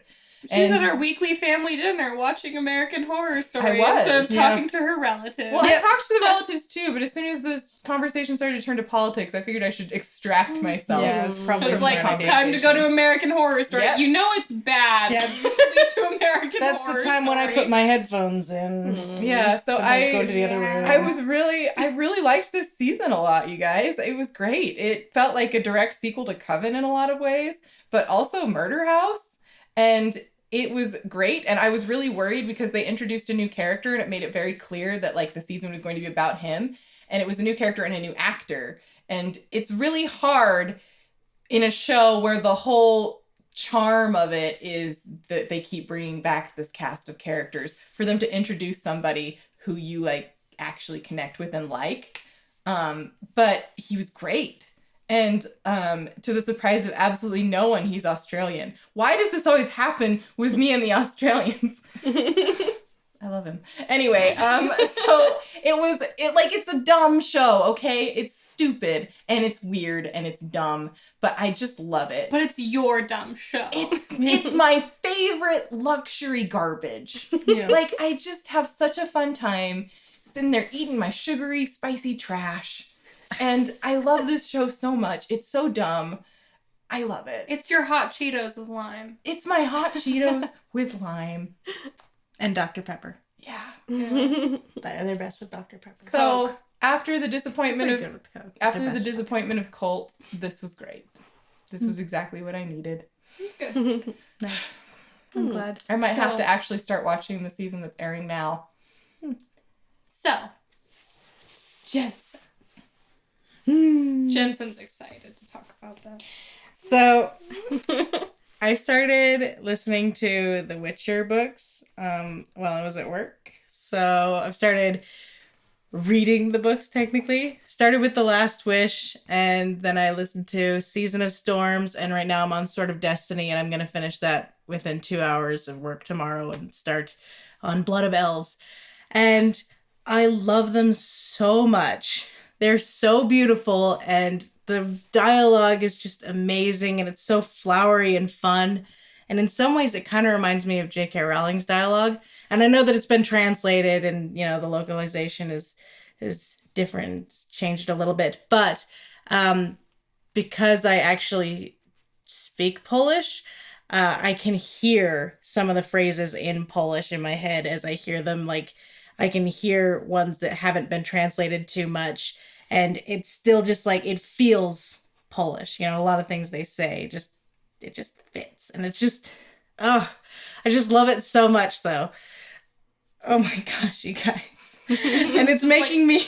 Actually starts crying. I know, practically. I was crying in my car at lunch today because I was listening to Sword of Destiny and there was a really, really sad moment in it, and I won't talk about it because Elsa's reading the books too. But it's so beautiful, and it's getting me really excited for the series to come out on Netflix, but also making me really scared that they're gonna screw it up. Like, I just know I'm gonna be one of those people who's like, that's different from the book and I don't accept it. Which I've never been like that with a thing before, because like with the Harry Potter movies, I was always like, it's just another telling of the same story. It's fine. You know, if they change a couple things, it's not that big of a deal. But with The Witcher, for some reason, I think I'm scared because it's so good that all they have to do is just do exactly what's in the book with the same dialogue, but visual, and it will be great. And I'm so worried they're going to try and change some stuff around, or they're going to take some characters out. And I think what's making me the most nervous is looking at the IMDb listing, because I can look through there and I can see what characters are not listed and what characters are listed. And I can tell what stories they're going to talk about from that.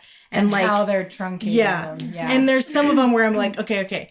So you've got this character listed, but I don't see this other character listed. Like for Season of Storms, they've got Coral listed, but they don't have Mosaic. Is Mosaic just not there? You can't not Like, have Mosaic. Seriously. And like the girl that they've cast for Ciri is too old. And so I'm like, you'd better have some younger series in there. You can't You can't do that. And, Also, I'm freaking out. Dandelions not named Dandelion, they're calling him Yasker. And it's like, okay, why didn't you at least list him as Julian? Who is Yasker? And maybe I'm not far enough in the book to understand why he's called Yasker and not Julian or Dandelion. I don't think that's the problem. But I'm freaking out here. Still, people call him Dandelion Oh. or Dandelion if you're If you're Peter Kenny in Peter Kenny. The Last Wish, you know. for some reason But- he says Dandelion instead of Dandelion. That could still be a funny Easter egg for people who are steeped in that part. Yeah, You that's know? that. I just kind of I've been reading the books too, and I feel like I want to give a shout out. That was kind of like we've come full circle here because we had our episode a year ago where we were like, we believe in you, Henry Cavill. Our And- first episode. Yes. And I know that everybody has been freaking out about this cast for a year. A lot of people are very upset, but I've got to say, I have zero problems with how it looks. Yeah. I have zero problems with the people they've cast. I think they all look great. I think they're all perfectly We still capable believe in Henry actors. Cavill. We still believe in Henry Cavill, but I am starting to panic now that I am getting familiarizing myself with the stories. I am starting to panic about the writing because I believe in Henry Cavill. I don't know if I believe in these writers. If there is I going believe to be, in Andrei Sapkowski Yeah. and his writing. if there but is going to be a Is problem, he involved? I don't know. if there is going to be a problem with the show, it's not with the casting, it's going to be with the writing. Yeah. That's Yeah. basically Yeah. And the trailer worries me because it was very light on dialogue, but Yeah. everything that I heard didn't sound like it had captured Yeah. the voice of the story at all. The thing is, It looks great. those books are like Funny. 85% dialogue and they're hilarious. Yeah. and And like there is so much of the story that's just told through Geralt arguing with an authority figure. Yeah. That's like most of the books. I It's just think- Geralt like just eloquently arguing his point against someone who is pig-headedly refusing to listen to him, or sometimes is expertly arguing their own punctuated side. by the occasional vulnerable dad moment. Yes. Or vulnerable humiliation moment. Yes. It's really good. vulnerable dad moment trademark. I just want to say too that I've only listened to a little bit of that book, just in a random scene. It was very funny though, and it was great. But like the dialogue and the narrative, you know, like it's all just, it's got a really specific voice. Yeah. And if they can't capture that in the show, it's going to be a real Yeah. shame. Yeah, I'm I mean, so I'm not worried saying about it'll that. be bad if they don't. They could come up with something great, but like if they don't capture the book, what's the point? Like Yeah. you could have called it something else. You could have changed things around. You could have told your dramatic power fantasy, you know, Game of Thrones knockoff story. But like I want The Witcher. Yeah. I want the characters who I'm learning about in these books. Yeah. And I want these scenes and this dialogue. Like I got so sad during one scene because I realized that there was no way they would just recreate the scene exactly as I was hearing it because it would be too long. Yeah. It would be 40 solid minutes of people just talking back and forth at a dinner table. Yeah. And I was like, but I want that. know. Like, I want that. I so want this bad. series to take 20 seasons because of all the dialogue. I just want them to take that. the source material and just do the source material. Yes. And when it comes down to it, I think I'm afraid that Netflix will just want their own Game of Thrones. Yeah. But the thing is that The Witcher is not a knockoff Game of Thrones. It is its own It's thing. The Witcher. Yeah. And if they take away the integrity of that story, it'll be very sad. Mhm. It'll be a sad day. So I'm starting to panic Me because too. these books are really good and I don't necessarily have faith in them to adapt it the way that they should. Yeah. But I'm still holding out hope. I'm still gonna watch it. I want them to nail it. I'm hopeful. I think I need to stay off of IMDb though, because looking through the character list just makes me stress more and more because I'm seeing names that I wasn't expecting to see this early in the Yeah. series, and I'm not seeing names that I expect to see this early in the series. And I'm like, Panicking. how much of it are they planning to do in this first season? And are they just going to leave out these stories that I feel are important? Yeah. You know? Well, basically, we still believe in you, Henry Cavill. You better watch your step, Netflix. So, Yeah. what I've been obsessed with is nothing but trying to beat Jensen, which You failed at. that worked out just perfect. Basically, my life for the last couple of weeks was just trying to get achievements. Yeah. And Fable 2, so it really was just video games. And the only other thing that I've been obsessed with was a bunch of stuff going on in the YouTube community that is honestly just a sad topic. So, binge watching YouTube videos. Yep. That's what I've been obsessed with. Nice. Really fast before we move on, I realized that Erin and Lainey did not talk about my birthday games at all. Yeah, Oh. I played. I played it today. Wow. I'm sorry. It's the whole thing with the sick couch and plus Xbox. I have a strained relationship with Xbox. So Okay. I will Well, play it. I will Play some more. I know Lainey played some because Yes. I watched her play some. But I just want to know what you think. I did really like what I played from Shadow. The fighting was, I don't Almost think non-existent, right? it was almost non-existent, but That's how it is the for the fighting first, that like, I 10 did hours. do, I was like, ooh, I didn't like it as much as I did in the other Tomb Raider games. Puzzles were super fun, and I think that the storyline and how Lara's going back and having these flashbacks of her childhood is very compelling, and it's made her, you know, just like, they've already done a really great job of making Lara a compelling character, someone that you care about and you want to see succeed and survive and just be okay with things the way that they are. And I definitely think that Shadow is doing a good job of that, especially getting to see little baby Lara and trying to help Lara self-actualize and come to terms with the things that have happened to her that pretty much just shouldn't have. But it's good. I just wanted to make sure that my birthday will was imposed correctly, and I know that Elsa played Shadow of Mordor because she talked about it. So It was imposed. all right. So What are you looking forward to playing next? Aaron. Ooh. Before I answer this question, if you haven't checked out our YouTube channel, Princess in Another Video, look us up, subscribe, share, like, all that fun stuff. It really helps us. Jensen. Mass Effect! my phone. I know that sound. It's the level up noise, which took me like 7 years to find a version of it to make it my notification noise. Fills me with That was endorphins. But it also makes me super annoyed now because it's your text I love it. notification. I've been wanting it as my notification noise since I was in college. And early college. Not when I was getting my master's degree. Yeah.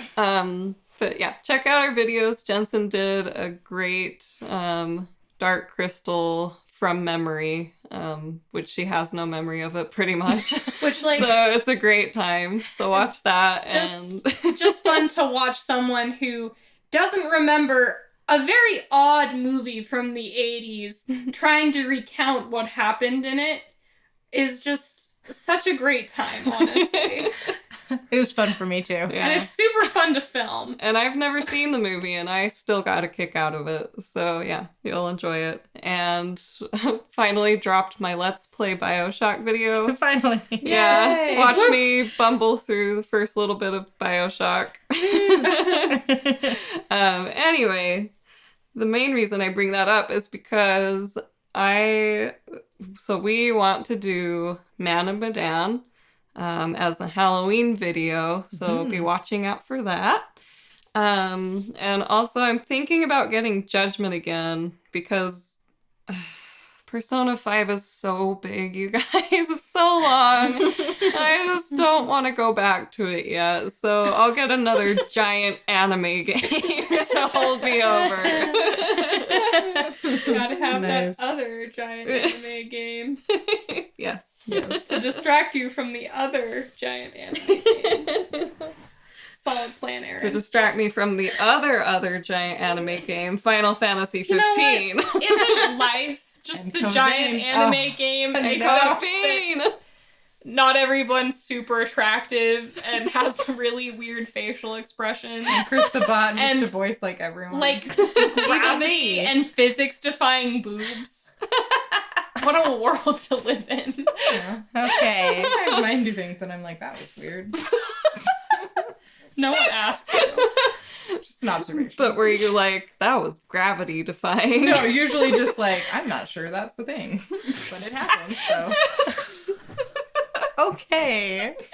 I'm never gonna be able to come back from this boob thing. I'm so sorry. Can we talk about the games I'm excited about? Yes, Yes, please. please do. I'm still excited about Death Stranding. Yay! I'm just gonna mention that forever until I get to finally play it. But in October, I'm also gonna be playing Amnesia because we're doing Halloween games, and I have a fancy new gaming laptop, and I have Amnesia, and I've had The game. You have the game. amnesia? Who am I, Elsa? I don't know. The planet, not the character. The planet, not the character. Jupiter close up. Jupiter. I'm So- Jupiter. Gonna play some Amnesia for Halloween. Hopefully Sweet. not get it. Ooh. That would be kind of annoying. Sorry, I forgot to say what my Halloween game is. I think it will be Arkham Knight. Ooh, Oh, yeah. that's fun. Yes. That's fun. Is that all you wanted to say, Elsa? Yeah, I mean, that's Okay. it. All right. That's all I wrote down, I think. You're not gonna talk about Dream Day, Daddy Dream Date. Oh, being yeah, free apparently on- it's free on mobile now. Yeah, I know. I just downloaded it like yesterday. I'm so I know, excited. me too. I'm excited about that. I'm gonna play. My Halloween game is gonna be Dead Space because I've had it on my Xbox for like 2 years now and just haven't started it because I'm a big scaredy cat. I'm really nervous, but I'm looking at the achievements and I might try to get them all anyway. So we'll see how it goes. I'll play it through once and see if I think I can make it. Dope. Well, I'm very excited to play more Fable 2 and have a lovely life with my wonderful wife. The life Lovely of the wife life is with- ended by the knife. The life of the wife is ended by the knife. Yeah, I'm very excited for that and just playing a bunch of those other games because I got really into them while trying to beat Jensen. Mhm. So, you know. And then your Halloween game. And, well, first off, you know, I did win something. Friendships. I thought you were gonna say I learned about myself or something. I learned about myself. Basically did say that. I did. I rediscovered my love for the Fable games, which, you I'm know, glad. honestly, they probably don't deserve my love, And but I for love them Brooke. anyway. And for Brooke, who does deserve my love. She deserves the freaking world, and I will give it to her. Sugar Pie Honey Bunch the whore. Sugar Pie Honey Bunch. The whore. The whore. Okay. And my Halloween game is Resi 7, which is going to be a scary time for me because I don't play horror games. Have you ever played a Resident Evil game? No. Have you ever seen anyone play a Resident Evil game? Yes. Oh boy. I'm so excited to watch her play this game. Yes, we're gonna We're gonna record it. we're gonna record We gotta it record it. because It's gonna be a time Yeah. and a oh, place. It certainly will be a time and a place and a person and a thing. It's gonna be great. I'm very scared, and I might have made a terrible decision, but I'm gonna do it. I'm gonna do it for the non-existent viewers, guys. Do it. I'm Do gonna- it for those 18 views. I'm gonna do it for those 18 views. They demand. Yes. Oh. We did it. And my phone is We at did it. We did it. We 8%. did it. Do you wanna put us to bed, Aaron? Do you wanna Yeah, Aaron, do you wanna you're tuck the- us in and tell us you're nice the- Tell, nights? the only tell us a everyone night-night ever story. remembers. Sleepies. Yes, tell us a story, Aaron. Oh. Help us go to sleepies. How about a Russian lullaby? Tiddy, tiddy, bone. Song is about a man watching you while you Yeah, I sleep know. and breaking Yeah. into your home. Yes. It's terrifying. Yeah. Yeah, but you should look up the words. They're way messed up. Russia. Who What? hurt Who you? hurt you? Do you need to talk about What's it? going on, Risha? I'm here. You know, Yes. I don't give great advice, but I have ears and they will listen. I also have a microwave so I can make hot chocolates. Hot chocolate in the microwave? You crazy bitch. Microwave water. Blasphemous. Huh? That's blasphemous. I don't think Russia's gonna care, Elsa. Has bigger problems. Okay. Well, we're done here. We're Aaron. done here. Sign us out. Please put us out of our misery. Your princess is not in this podcast, but she might be in the next one, so stick around. That was terrible. No, I liked it. So stay tuned. Stay tuned. To nothing. To whatever your next podcast is. Yeah. In your queue. Let's hope she's there.